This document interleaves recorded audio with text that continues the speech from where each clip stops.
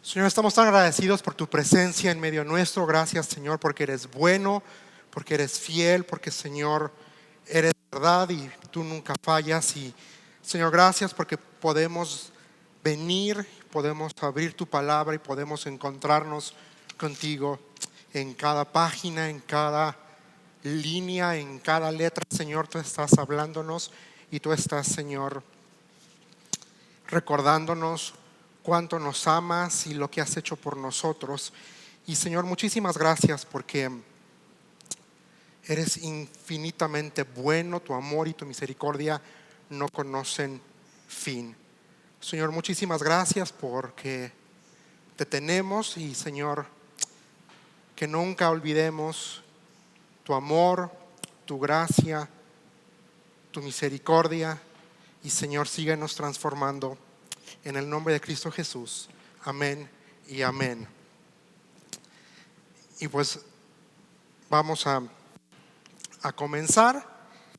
Y a esta sesión le puse la realidad del futuro glorioso y un presente bendecido. Y vamos a leer ahí en Zacarías capítulo 6. Dice, versículo 1, vamos a leer los primeros 8 versículos. Dice: entonces levanté la mirada otra vez y vi 4 carros de guerra que salían de entre 2 montañas de bronce. El primer carro era tirado por caballos rojos, el segundo por caballos negros, el tercero por caballos blancos y el cuarto por poderosos caballos tordos. ¿Y qué son estos, mi señor?, le pregunté al ángel que hablaba conmigo. Son los 4 espíritus del cielo que están delante del Señor de toda la tierra. El ángel contestó: ellos salen a hacer su trabajo. El carro con caballos negros va al norte, el carro con caballos blancos va al occidente y el carro con caballos tordos va al sur. Los poderosos caballos estaban ansiosos por salir a vigilar la tierra, así que el Señor dijo: vayan y vigilen la tierra. Entonces salieron de inmediato a hacer el recorrido. Luego el Señor me llamó y me dijo: mira, los que fueron al norte han desahogado el enojo de mi espíritu allí en la tierra del norte. Y es interesante porque, por investigando, realmente la importancia no es el color de los caballos.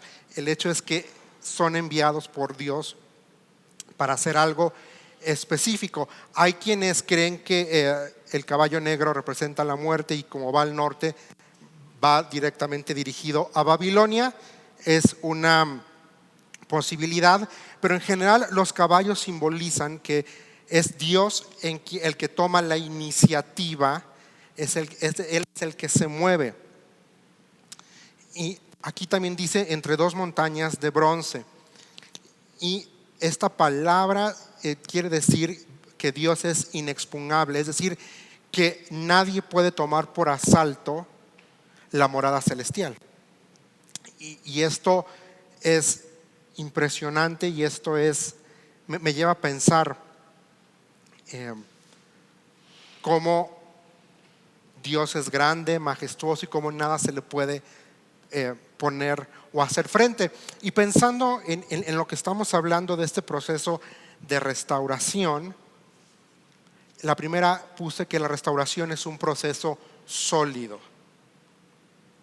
Y yo tengo que recordar ahí que mi proceso de restauración siempre va a traer un tiempo nuevo, o un tiempo nuevo llega a mi vida. Y es un proceso porque yo me estoy sometiendo a que el Señor, por medio de su palabra, a través del trabajo del Espíritu Santo, reconstruya lo que se rompió, vuelva a hacer nuevo aquello que quizá necesita ser trabajado de forma especial y de forma nueva. Y esto es increíble porque dice una temporada nueva. De eso habla, de que Dios está por hacer algo. El segundo punto es que nadie ni nada puede invadir o asediar lo que Dios reclama para sí. ¿Por qué? Porque cuando dice que salían de entre las dos montañas de bronce, la gran mayoría de los estudiosos nos está queriendo decir que literalmente hace mención a eh, la morada celestial del Padre. Por eso es que lo que es de Dios y nada puede venir a quitarlo. Nadie puede asaltar, entre comillas, la morada de Dios. Nadie puede venir a invadir la morada de Dios. Nadie puede hacerlo. Y esto al estar estudiando me llenaba de ánimo, porque decía, bueno, Señor, nadie ya me puede quitar de tus manos. Estoy en tu proceso, estoy en este proceso y soy tuyo. Y si tú has prometido cuidarme y guardarme, lo vas a cumplir. Y qué pensamiento es entender que cuando estoy delante de Dios en este proceso en el que me estoy sometiendo para que Él reconstruya mi vida, reconstruya mis emociones, reconstruya mis relaciones, saber que al yo entregárselos ya son de Él y nada me puede separar, como dice, del amor de Dios en Cristo Jesús. Nadie. Tercero es, mi proceso le pertenece solamente a Dios. Yo no me puedo apropiar el proceso para mí mismo. Decir, yo soy el que lo hago, yo soy, porque ve lo que dice versículo 4 a versículo 5. ¿Y qué son estos, mi Señor? Le pregunté al ángel que hablaba conmigo. Dice, son los 4 espíritus del cielo que están delante del Señor de toda la tierra. El ángel contestó, ellos salen a hacer su trabajo. Mi proceso le pertenece a Dios. Dios es el único que va a obrar conforme su voluntad en su tiempo lo que tiene que hacer en mi vida. Esa restauración, y es una restauración de lo que tú quieras, de emociones, de relaciones, de familias quizá divididas, de matrimonio. Dios puede y Dios quiere hacer algo. Yo no me puedo apropiar del proceso. Yo no puedo decir, sí, yo soy muy bueno, yo soy muy santo, yo obedezco a Dios, yo tengo la capacidad para cambiar, para corregir, para arreglar. Yo no puedo. Y además sería muy orgulloso de mi parte pensar y creer eso. Es Dios el que inicia, Dios es el que lo hace y Dios es el que lo lleva a buen término. Y en este proceso Él siempre se va a llevar la honra y se va a llevar la gloria, porque es un proceso divino. Y luego yo me ponía a orar y decía, Señor, ¿qué pensamiento es entender que mi proceso de restauración es una encomienda especial de parte tuya? El texto dice, ellos salen a hacer su trabajo. Y cuando yo entiendo que mi bienestar emocional, mi bienestar espiritual es importante para Dios y que Él quiere lo mejor para mi vida, wow, con mayor humildad, con mayor flexibilidad, con mayor responsabilidad y con mayor entrega me someto al proceso. No es fácil, y no es fácil una reconstrucción. En el contexto de Zacarías tenían que reconstruir la ciudad y el templo y eso representaba un gran trabajo de volver a poner piedra por piedra, y en esa época no tenían la maquinaria que tenemos hoy, se requería mano humana. Y entender que si bien es cierto, Dios utiliza seres humanos para ayudarnos, guiarnos y acompañarnos en el proceso, tu restauración es una encomienda especial de parte de Dios. Tú estás en el corazón de Dios. No solamente estás en su pensamiento, estás en su corazón y Él quiere verte completo, Él quiere verte íntegro, Él quiere que tú y yo caminemos en integridad, en restauración, en santidad, que ese es uno de los resultados directos de cualquier proceso de restauración es que caminamos en santidad, es que caminamos en obediencia. Mi proceso está sometido a la dirección de Dios. Versículo 7 dice: los poderosos caballos estaban ansiosos por salir a vigilar la tierra, así que el Señor les dijo: vayan y vigilen la tierra. Entonces, dice el texto, salieron de inmediato a hacer el recorrido. ¿Qué quiere decir? Que Dios es el que dirige, no yo. Dios es el que dirige mi proceso, no yo. Dios es el que... Porque a veces Juan Marcos se encuentra queriendo correr y queriendo llegar al siguiente nivel o al siguiente punto o a la siguiente fase. Bueno, ya hice el punto 1, bueno, ¿qué es lo que sigue? ¿Cuál es el punto 2? Pero quien dirige es Dios. Y yo no puedo ni debo apresurar, y no soy nadie para apresurar el proceso. Yo no soy nadie para decirle al Espíritu Santo: apúrale que ya necesito ser restaurado en ya. Yo no soy nadie. Dios es el que dirige, Dios es el que comanda, Dios es el que ordena. Yo soy el que me tengo que someter a su tiempo, a su proceso. Y los procesos de restauración, creo yo, no podemos decir se hacen en 4 semanas o se hacen en 2 semanas.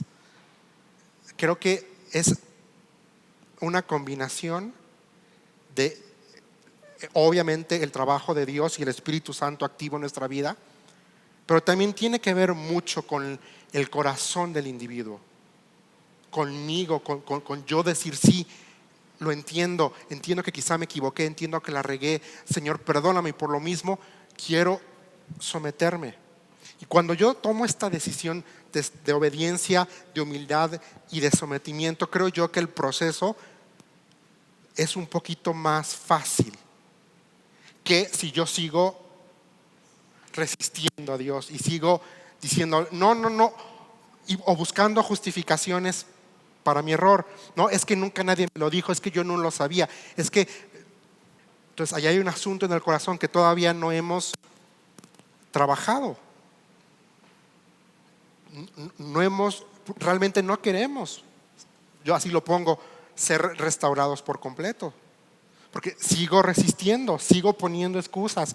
Es que a mí nadie me enseñó, es que a mí nadie me dijo, es que así se viene haciendo en mi familia desde...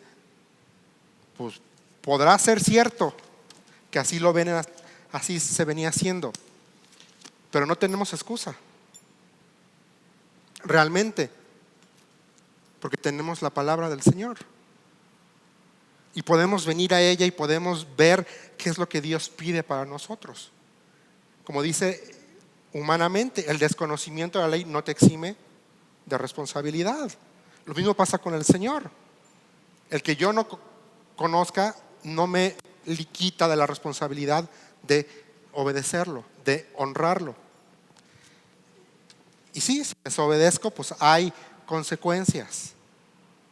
Pero Dios es grande, Dios es misericordioso, Dios perdona. Y lo más hermoso de todo eso es que Dios restaura. Pero tenemos que entender esto, que nuestro proceso está sometido a la dirección divina. Es Dios quien dirige, no yo.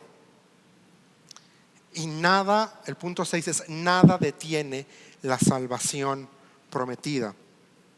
6:8 dice: luego el Señor me llamó y me dijo: mira, los que fueron al norte han desahogado el enojo de mi espíritu allí en la tierra del norte. Está hablando de que iba a hacer justicia a el norte, que representa Babilonia. Y con esta acción estaba diciendo: voy a liberar a Israel de este yugo, y el castigo va a ir para ellos. Y tarde o temprano el Señor va a cumplir su palabra. Él nos prometió una vida eterna con Él y lo va a cumplir. Por eso puse: nada detiene la salvación prometida. Y pienso en el salmista también cuando dice: examíname, oh Señor, y muestra si hay camino de perversidad, de maldad en mí. Y Dios es tan bueno que nos muestra. No sé ustedes, pero yo sí le he dicho: Señor, ¿hay algo malo en mí? Y cuando me lo muestra, pues a veces, pues no sé ustedes, pero yo siento un hueco horrible en el estómago, así como que si me jalaran. Y digo: ay, Señor, no había visto esto, o no me había percatado de esto. Y Señor, y Dios me provee la salvación o el rescate para salir de esa situación.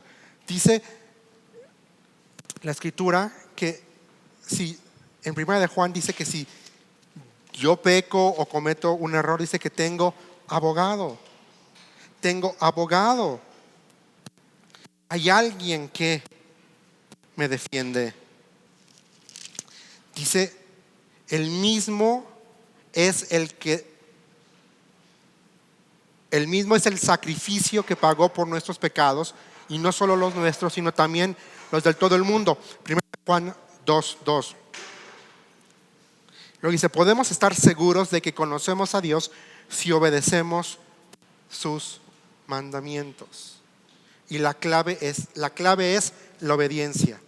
Obediencia, obediencia. Sí, soy ser humano, no soy perfecto y estoy expuesto a que puedo tropezar. Y de hecho me voy a tropezar en la vida cristiana. Pero hay de tropiezos a tropiezos. No estoy justificando el pecado. El pecado no se justifica porque el pecado es pecado. Pero hay tropiezos cuyos alcances morales son más fuertes que otros. No es lo mismo, voy a poner un ejemplo, que yo le saque dinero de la bolsa a mi mamá, por poner un ejemplo, a que en mi trabajo desvíe dinero que no me corresponde. El hecho es el mismo, pero las implicaciones morales quizá no son las mismas. Sí, quizá puedo perder la confianza en mi mamá ya no va a confiar en mí. Yo tendré que trabajar en volverme a ganar la confianza. Y este otro desvío de fondos me puede llevar a la cárcel. Pero el pecado es el pecado. Entonces, pero abogado tenemos, dice: Cristo murió, Cristo pagó. Puedo encontrar perdón, puedo apelar a la obra perfecta de Cristo en la cruz del Calvario y ser receptor de la gracia y la misericordia de Dios. Hace años atrás, muchos años, había una cantante cristiana muy famosa en los 80s, tenía un vozarrón impresionante. Escribió un libro y me lo chuté y me llamó mucho la atención, porque esta mujer llenaba estadios, llenaba arenas en los Estados Unidos, y un buen día le hablan de una revista cristiana y le dicen: tenemos fotos y sabemos que cometiste adulterio y nada más te avisamos que vamos a publicar la historia. Y sí, efectivamente esta mujer, ella dice: sí, cayó en adulterio con uno de los coristas también suyos, y el corista también tenía familia.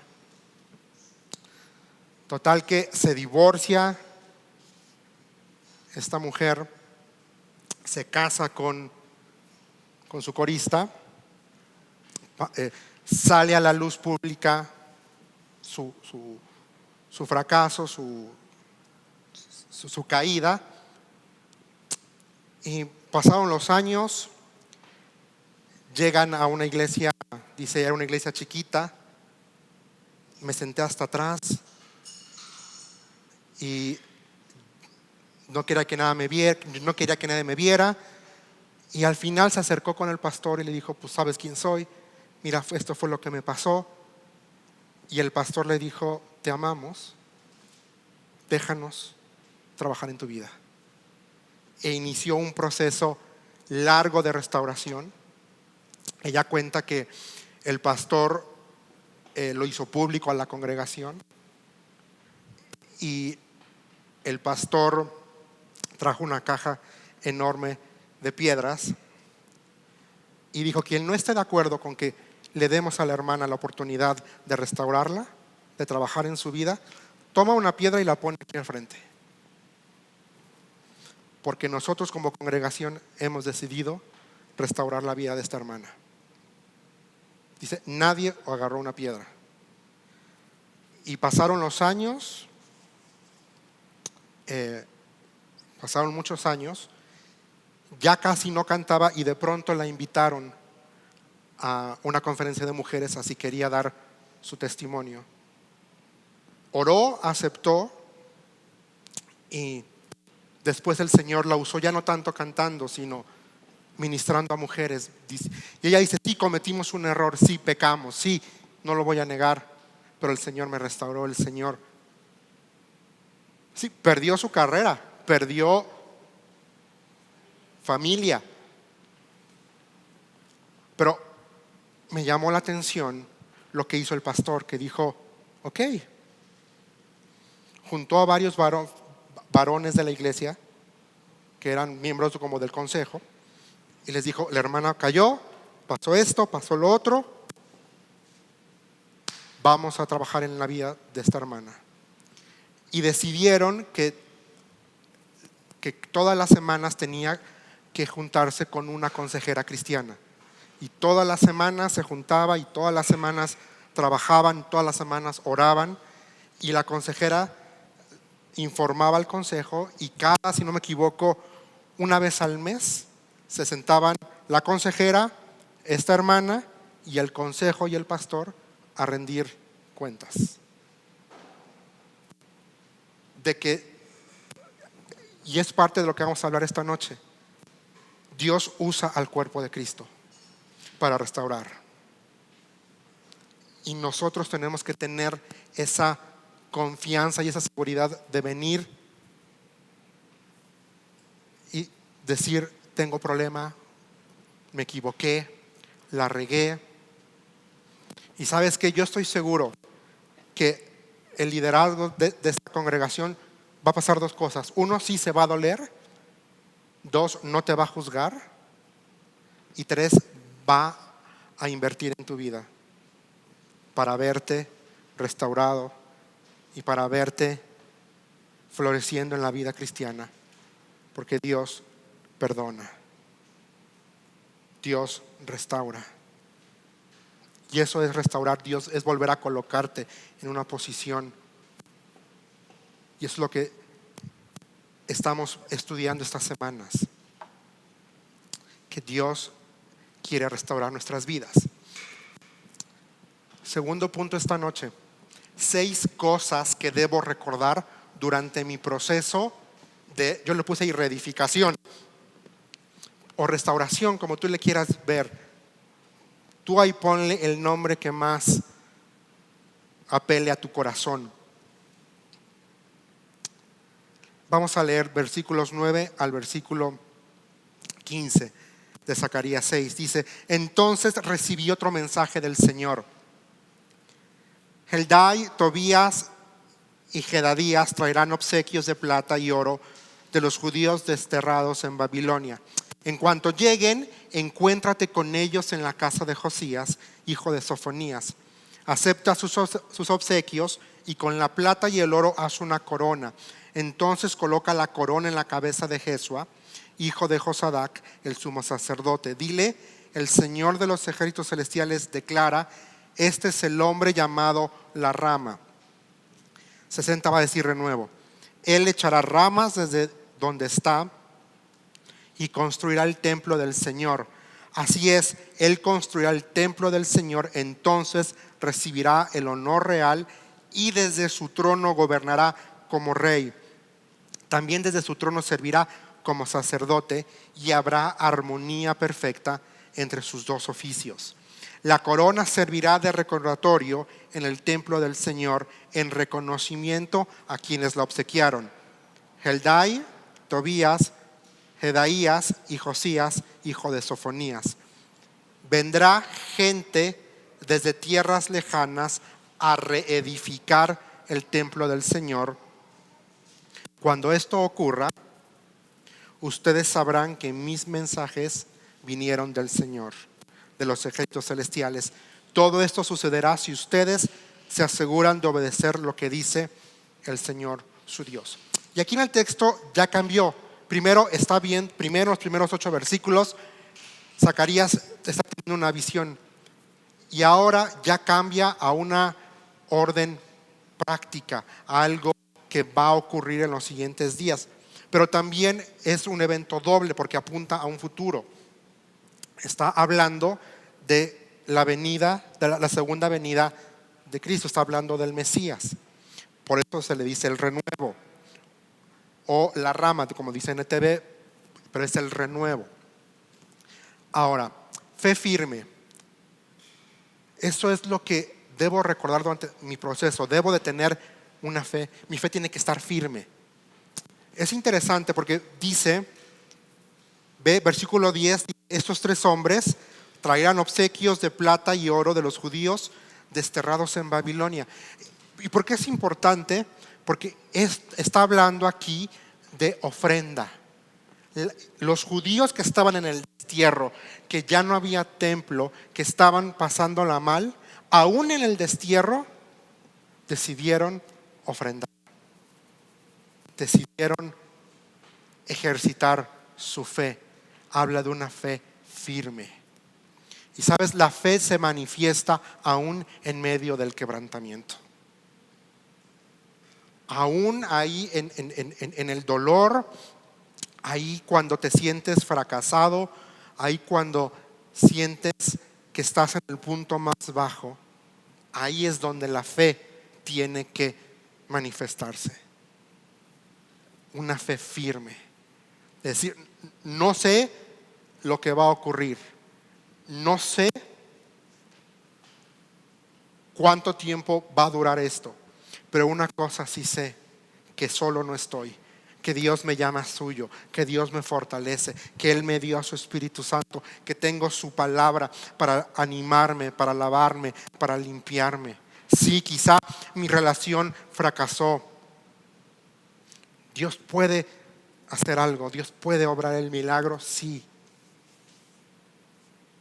Quizá a veces pensamos, metí la pata, ya perdí esto, ya perdí lo otro. Bueno, aún ahí, en medio de, y es dolorosísimo esta realización de fracaso, cuando te das cuenta que fracasaste.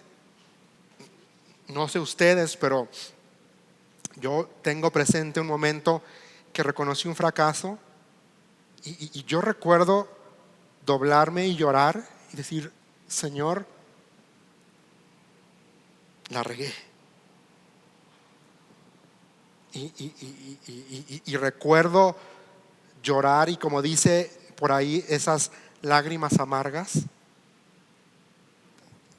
Tengo ese momento presente ahí de decir en qué momento me equivoqué, en qué momento perdí la vista, en qué momento no tomé, en qué momento flaqueé, en qué momento bajé la defensa, en qué momento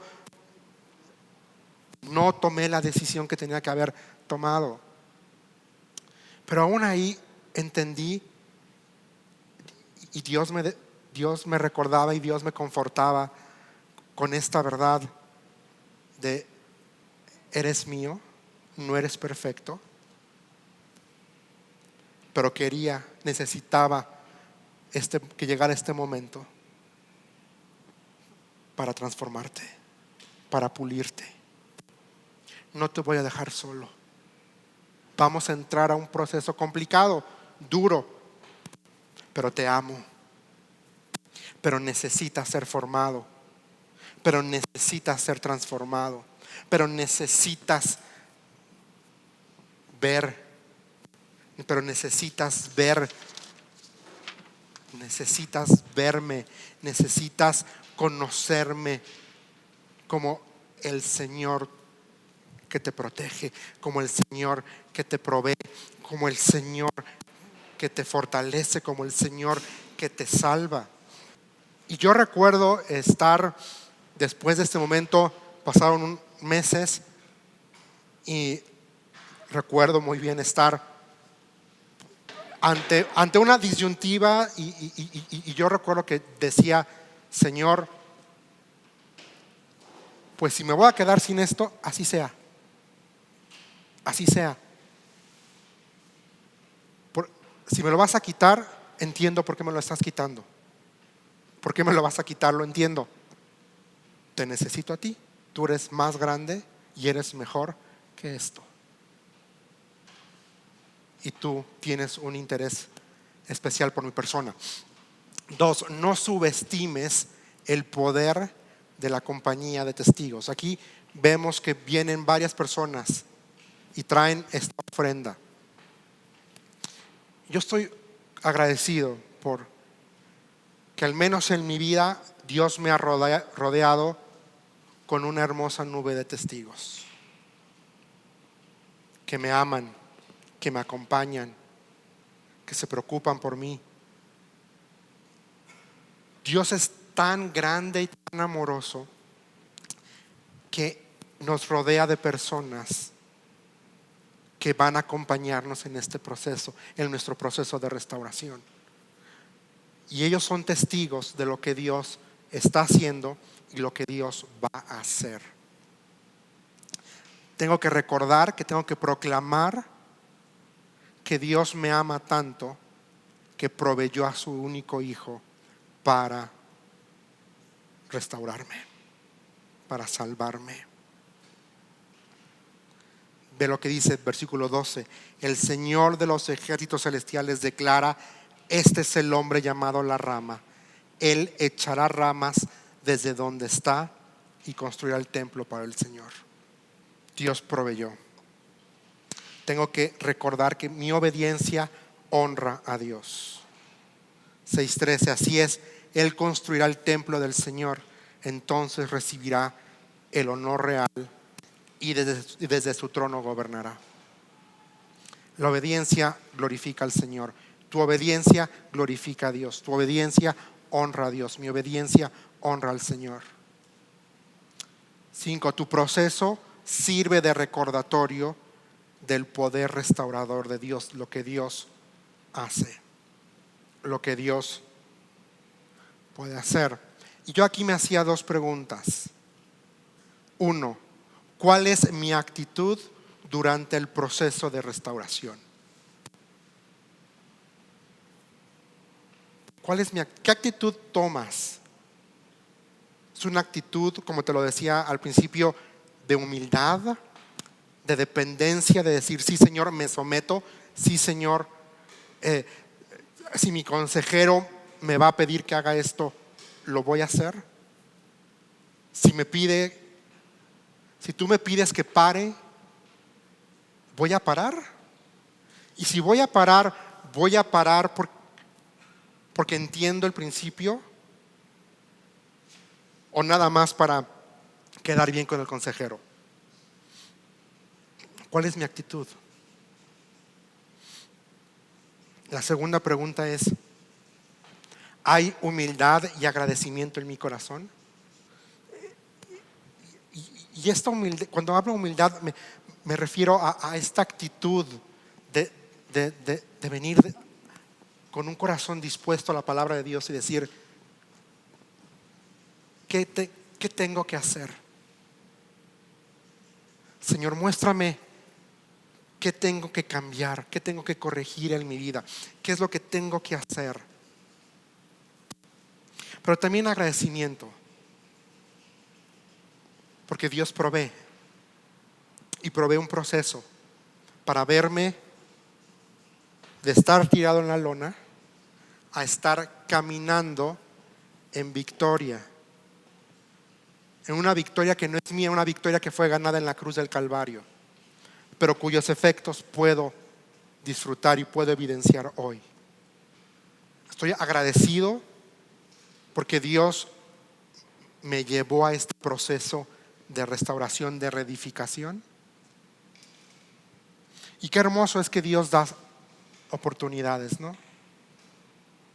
Dios es hermoso, amorosísimo, que da, nos permite entrar en estos procesos para que nuestras vidas le glorifiquen y para que nuestras vidas testifiquen del poder de Dios, de que Dios cambia vidas, de que Dios restaura por completo. 6. No rechaces la ayuda del cuerpo de Cristo. Versículo 5 dice: vendrá gente desde tierras lejanas a reedificar el templo del Señor. No rechaces la ayuda del cuerpo de Cristo. No somos llaneros solitarios. Y según la Escritura, nos necesitamos unos a otros.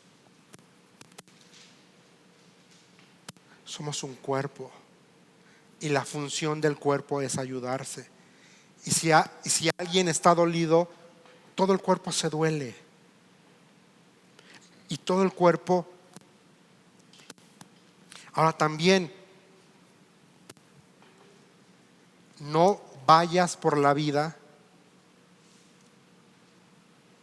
pregonando tu fracaso. Hay que ser sabios en relación a quién le abrimos el corazón para exponer esto, tu quebrantamiento, tu fracaso. Porque una persona no espiritual no te va a ayudar. Pero si tú abres y expones tu fracaso con una persona madura espiritualmente, ¿sabes qué? El Señor lo va a usar. Y el Señor va a usa hombres y mujeres para ayudarnos a caminar en este proceso de restauración.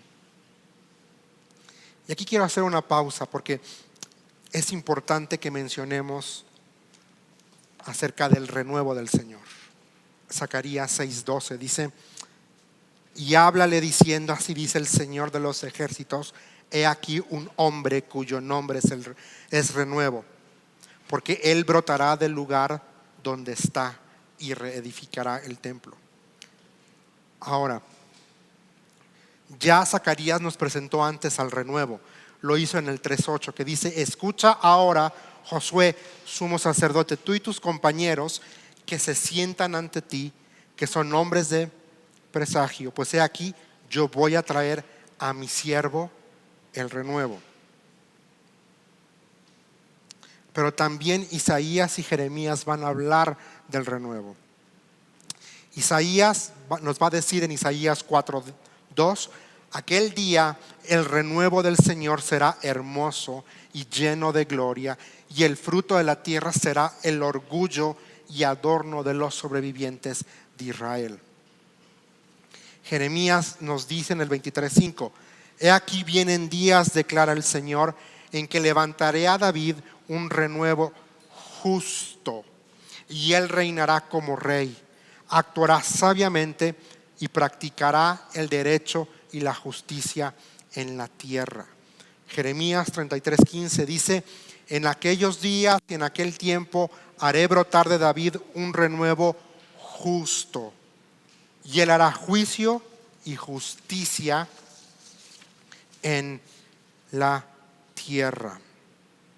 Jeremías, estos dos versículos nos dejan ver al renuevo que es Cristo como rey.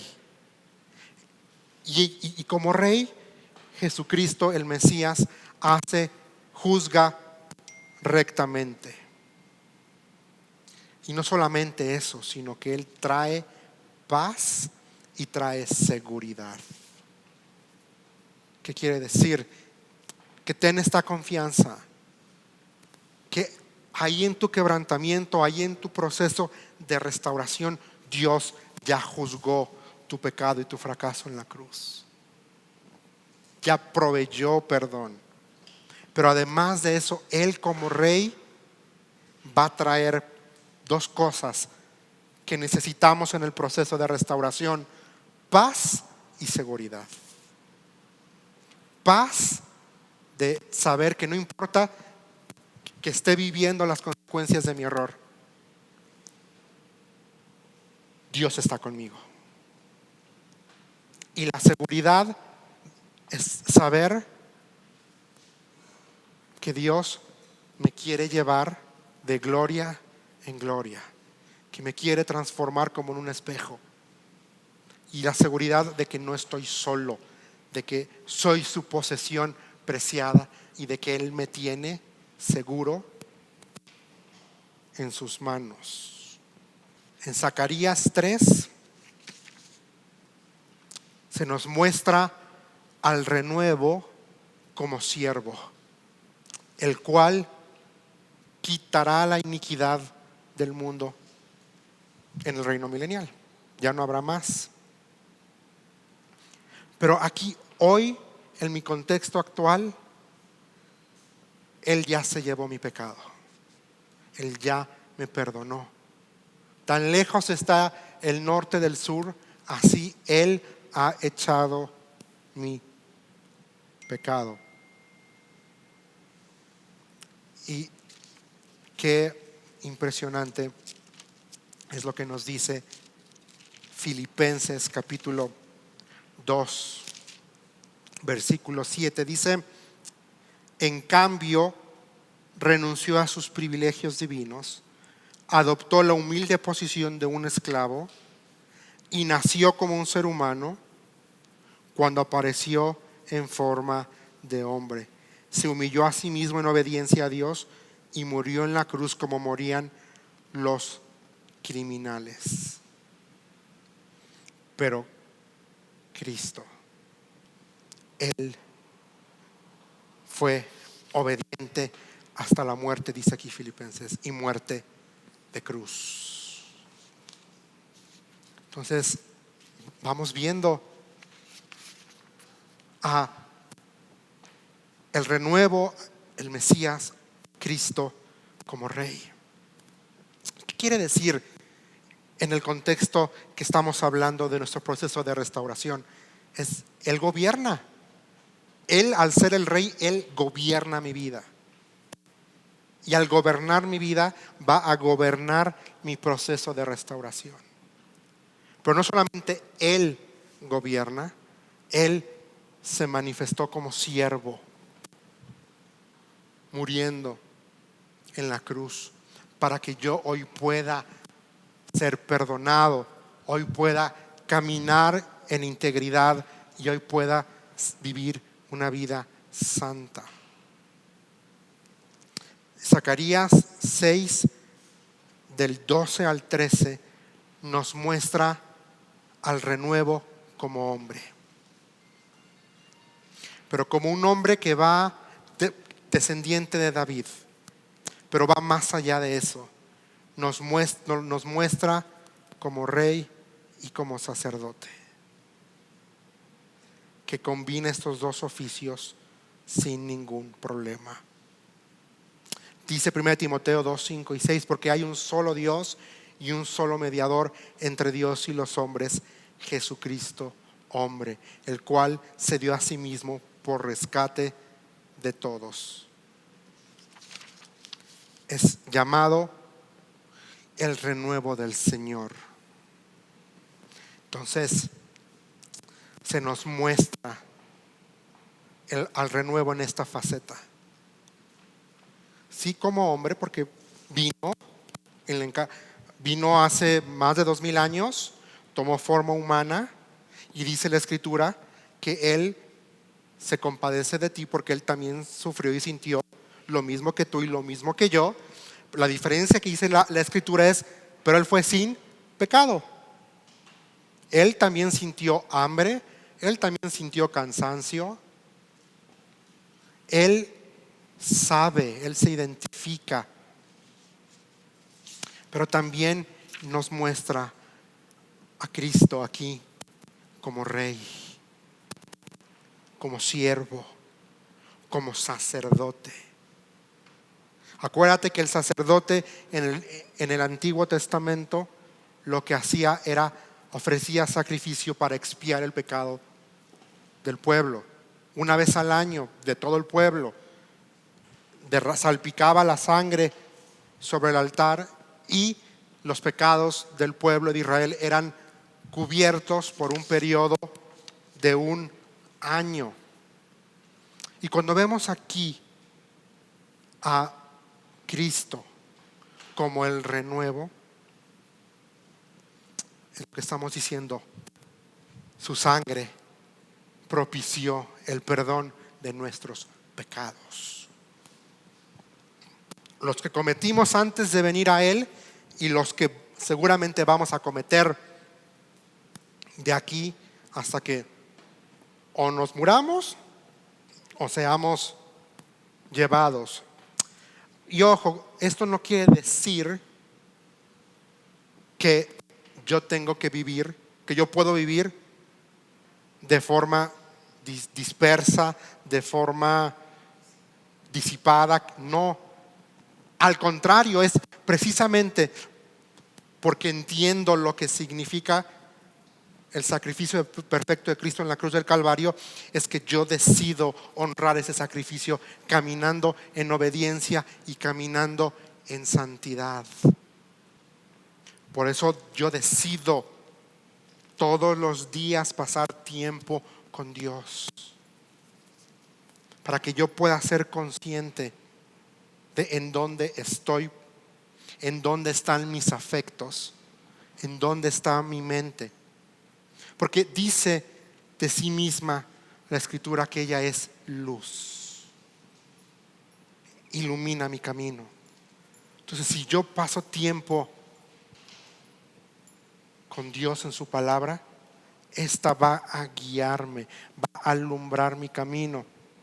Y sí, va a ser menos fácil que yo caiga y tropiece si tengo mi lámpara que me va alumbrando en el camino. Apago la lámpara y como está de oscuro el mundo, o me pego en el dedo chiquito, en la cornisa, o me tropiezo, me puedo pegar y me puedo descalabrar. No quiero eso. Prefiero tener esta luz que alumbre. ¿Que es fácil? No es fácil. Humanamente, mi cuerpo, quizá el Juan carnal, lo que quisiera es sentarse a ver televisión o dormir o leer un buen libro. Bueno, el mejor libro es este. Este es un compendio de 66 libros que me relatan la historia de Dios, que me relatan el amor de Dios para mi vida, que me muestra el cuidado de Dios para mi vida. Y lo que me gusta de la Escritura es que hay historias de hombres y mujeres como tú y como yo, débiles, que fracasaron, que metieron la pata, pero que Dios los usó de forma impresionante, porque se rindieron a Él. Dios usa, Dios restaura, amén, sí, y lo va a seguir haciendo. Ahora vamos rápido a Isaías capítulo 4, porque quiero ahondar un poquito hablando del renuevo, de 5 efectos del proceso de restauración. Isaías 4 versículo 2 dice en adelante, dice: pero en aquel día el retoño del Señor será hermoso y glorioso. El fruto de la tierra será el orgullo y la gloria de todos los sobrevivientes de Israel. Los que queden en Sión serán un pueblo santo.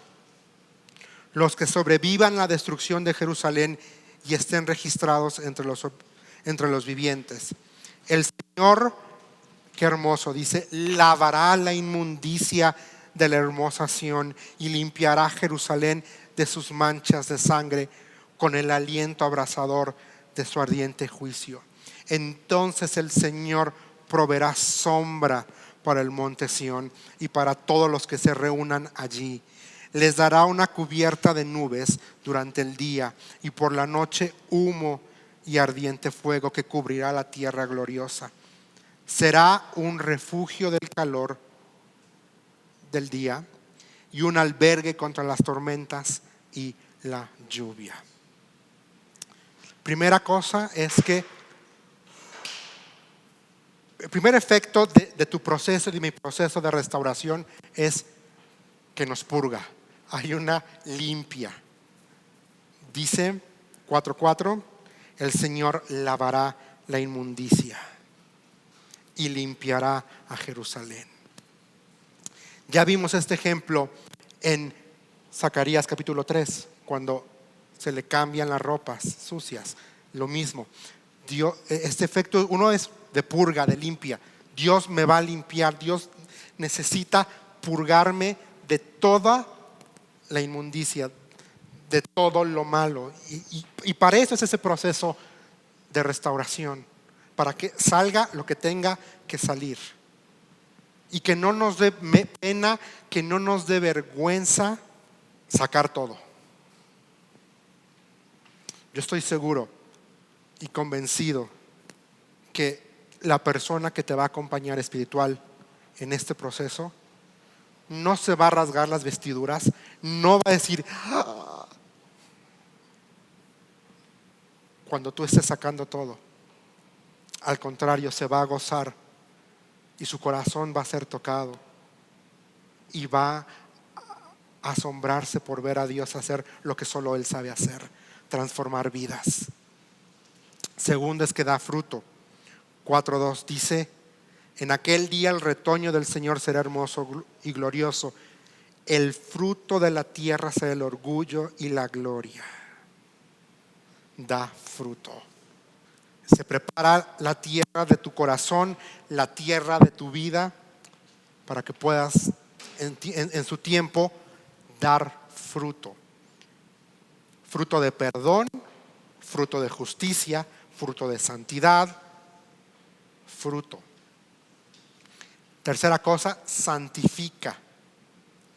4:3 dice: serán un pueblo santo. El Señor nos santifica. Este proceso manifiesta la presencia de Dios en tu vida y en mi vida. Dice: entonces el Señor proveerá sombra para todos los que se reúnan ahí, les dará una cubierta. Dios te va a cubrir en tu proceso de restauración. Cuando sientas que quizá el calor del fracaso está que arde, Él va a venir con su nube gloriosa y va a traer frescor. Quizá cuando el frío, el desprecio de alguien más por el fracaso, Él va a venir con su calor y te va a decir: yo soy más que suficiente. Quizá Él no te hable, quizá Él no te lastima, pero yo te amo. Y 5 es protege. Dice 4:6, será un refugio y un albergue. Y eso tenemos que entender. El lugar más seguro en el que tú y yo podemos estar es en la presencia de Dios. Sientes que se te doblan las patitas, sientes que no puedes más, ve a la presencia de Dios. Ve a la presencia de Dios. Y ya con eso terminamos. 5 resultados de la obra del renuevo del Señor en mi vida. Ya lo vimos en Zacarías 3, 8 y 10. Y también es la verdad ahí en Isaías 4:2. Y es que Él remueve por completo el pecado y la iniquidad. Dios va a sacar, va a remover cualquier raíz de amargura, cualquier raíz de pecado, cualquier raíz que esté ahí en mi corazón, Él lo va a quitar por completo, porque Él es poderoso. Él va a traer paz y plenitud. Él transforma mi estatus de pecador a perdonado, de enemigo a hijo, e hijo muy amado, de escoria a posesión valiosa, de perdido a rescatado, de muerto a vivo. Y Él me transforma y Él te transforma de inmundo a santo. Pero Él también va a transformar mi carácter en el proceso. Nuestro carácter va a ser transformado. Da propósito. El Señor tiene un propósito para tu vida y para mi vida. Ve lo que dice Apocalipsis 3:5. Todos los que salgan vencedores serán vestidos de blanco. Nunca borraré sus nombres del libro de la vida, sino que anunciaré delante de mi Padre y de sus ángeles que ellos me pertenecen. Si bien está hablando en este contexto de los que van a creer en el periodo de la tribulación, el principio es el mismo. Él me declara suyo y Él te declara suyo. Te da propósito, te da vida, nos da más de lo que merecemos. Dice Filipenses 4:3: y te pido a ti, mi fiel colaborador, que ayudes a esas dos mujeres, porque trabajaron mucho a mi lado para dar a conocer a otros la buena noticia. Trabajaron junto con Clemente y mis demás colaboradores, cuyos nombres están escritos en el libro de la vida. Nos da propósito ser siervos y ser siervas. Quizá tu fracaso, tu dolor te hizo pensar que Dios no puede usarte, o que Dios no te quiere usar, o que te descalifica. Pero ahora en Cristo tienes propósito. Y el proceso de restauración tiene esto. Tiene esta idea, esta verdad de poderte usar. A lo que voy con esto es tener presente que podemos perder mucho si no andamos en santidad y si no andamos en integridad. Sí, Dios puede restaurarme, sí. Dios me perdona, sí. Dios me lava, sí. Pero yo voy a tener que enfrentar las consecuencias de mi mala decisión. Lo siento. Mi relación con Dios va a ser restaurada, sí. Mi relación y mi comunión con la iglesia va a ser restaurada, sí. Pero hay consecuencias que voy a tener que sufrir. Mi restauración me da propósito. Ser instrumento, ser luz, ser testimonio de lo que Dios puede hacer. Y produce un ambiente propicio. 4:5, proveerá sombra. Y cuando hablo de ambiente propicio, estoy pensando en esta libertad de poder correr al refugio y al albergue que se llama la presencia de Dios, y poder hallar gracia, misericordia, frescor, soporte, ayuda, porque para eso está, y para eso entramos a este proceso de restauración, porque entendemos que Dios nos ama tanto que no nos quiere dejar tirados en la lona, porque costó mucho el sacrificio de Cristo. Y Él no me quiere en la lona, Él me quiere caminando en integridad, en obediencia, en santidad, siendo instrumento útil en sus manos. Oremos. Señor, estamos tan agradecidos por tu presencia. Gracias, Señor, por tu amor. Gracias, Señor, por esa misericordia tan increíble, por esa gracia manifestada en la cruz del Calvario.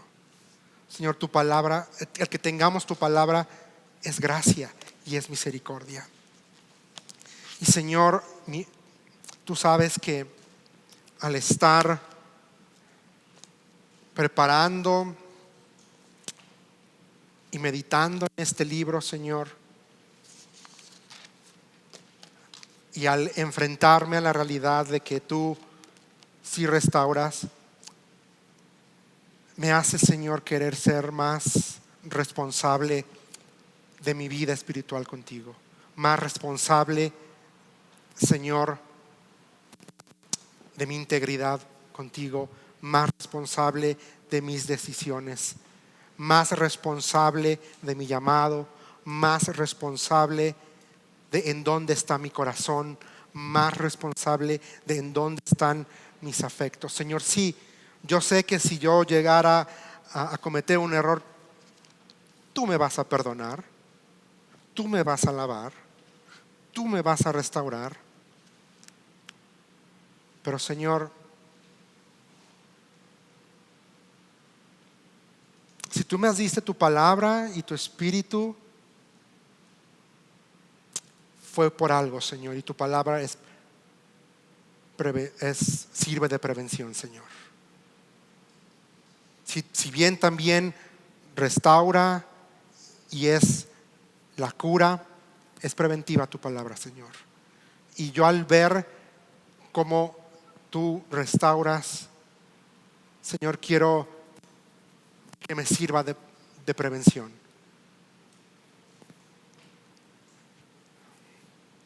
Señor, porque debiera bastar con que soy tu hijo para querer vivir en integridad y en santidad. Debería bastar, Señor, pero a veces en mi humanidad pareciera que no basta. Y a veces me enfoco en lo que pudiera perder, Señor, pero eso es secundario.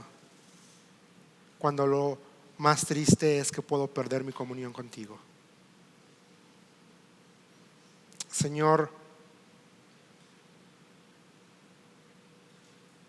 en tu gracia, ayúdame a no ser desterrado, no tener que ir a Babilonia, Señor. En tu gracia fortaléceme. En tu gracia cuídame.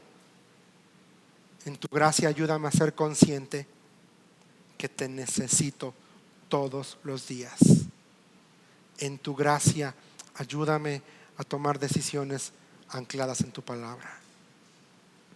Y Señor, si hay algo malo en mi vida, en mi corazón,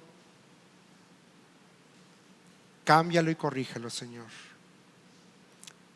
Porque el anhelo de mi corazón, Señor, es ser el hombre que tú quieres que yo sea, el hijo que tú quieres que yo sea, el siervo que tú quieres que yo sea, el trabajador que tú quieres que yo sea. Y si en tu voluntad está, y si así lo permites, Señor, que sea el esposo que tú quieres que sea. Y si en tu gracia también está el proveerme una familia que también pueda ser el padre que tú quieres que yo sea.